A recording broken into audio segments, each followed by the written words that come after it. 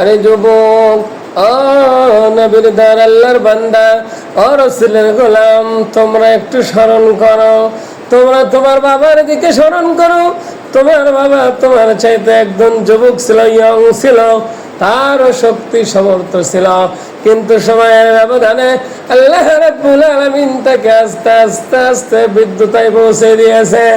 একদিন তোমাকে আমাকেও ওই বৃদ্ধ নামক মানুষের মতো পৌঁছায় যাইতে হবে। অতএব সাবধান সাবধান, সময় থাকতে তোমরা আল্লাহ পাকের ইবাদত বন্দেগী শুরু করে দাও, তোমরা রাসূলের গোলামি শুরু করে দাও, রাসূলের দাসত্ব শুরু করে দাও, আল্লাহর গোলামি শুরু করে দাও, যাতে আল্লাহ রাব্বুল আলামিন খুশি হয়ে যায়।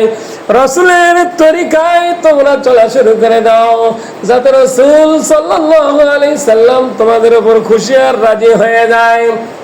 কিয়ামতের ময়দানে, মুসিবতের দিনে মানুষ যেদিন নাজাতের কোনো রাস্তা খুঁজে পাবে না, আল্লাহ রাব্বুল আলামিন যেই দিন তার হাবিবকে একমাত্র শাফায়াতের কান্ডারি করে উপস্থিত করবে, ওই দিন যেন ইয়াউমুল হাশরের দিনে আপনাকে আমাকে তোমাকে আমাকে যখন রাসূল শাফায়াত করে করে যেন আমাদেরকে জান্নাতে নিয়ে যায়, সেই আমলগুলো দুনিয়ার থেকেই সকলকে করতে হবে। বলেন ঠিক কিনা?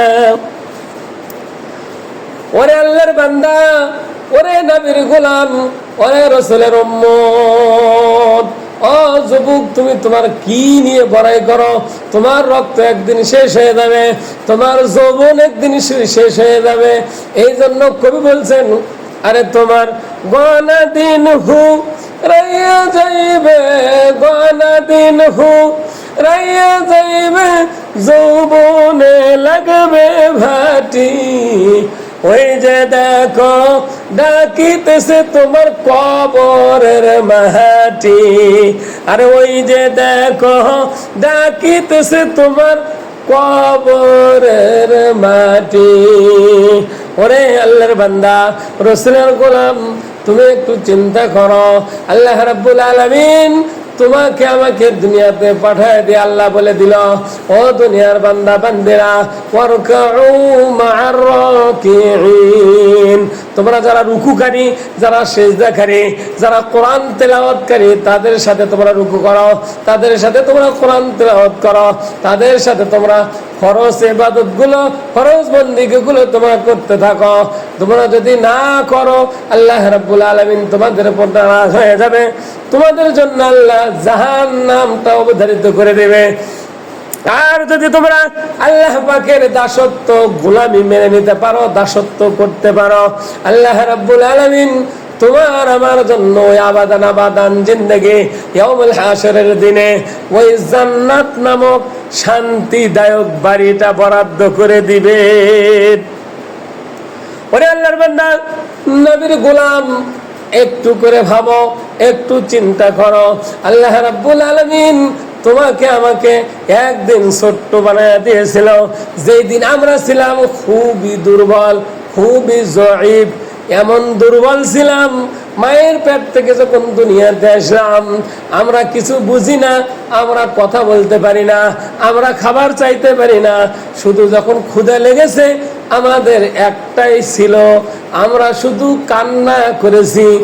আর মার কলিজায় আঘাত লেগেছে, মাদেরকে তার স্তনের দুধ খাইয়ে দিয়েছে। আল্লাহ রাব্বুল আলামিন আমাদের জন্য ছোট্টবেলার থেকে রিজিকের ব্যবস্থা করে দিয়েছেন।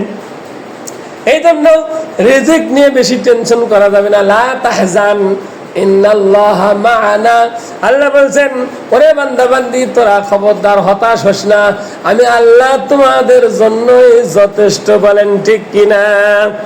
এই জন্য আসুন, ওরে যুবক, তোমার যদি চোখের কোণায় ময়লা জমে যায়, তোমার যদি চোখের কোণায় ময়লা এসে যায়, তোমার যদি ঠোঁটের কোণায় ময়লা এসে যায়, তোমার নাকে যদি ময়লা এসে যায়, বন্ধু বান্ধব তোমার দিকে দেখতে চায় না, কেউ তোমার দিকে ফিরে তাকায় না, এটা যদি হয় দুনিয়ার জায়গা, তাহলে আখিরাতের জীবনে তুমি যদি আমলবিহীন ইবাদতবিহীন যদি হাসরের ময়দানে উত্তোলন হয়ে যাও, তোমার দিকে আল্লাহ এবং রাসূল তাকাবে না রহমতের নজরে।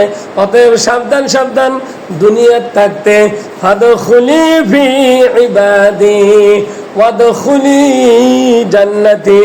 আল্লাহ রাব্বুল আলামিন বলতেছেন, ও আমার বান্দা বান্দিরা, ও আমার হাবিবের উম্মতেরা, তোমরা আমার ইবাদতের মধ্যে দাখিল হয়ে যাও, প্রবেশ করে নাও।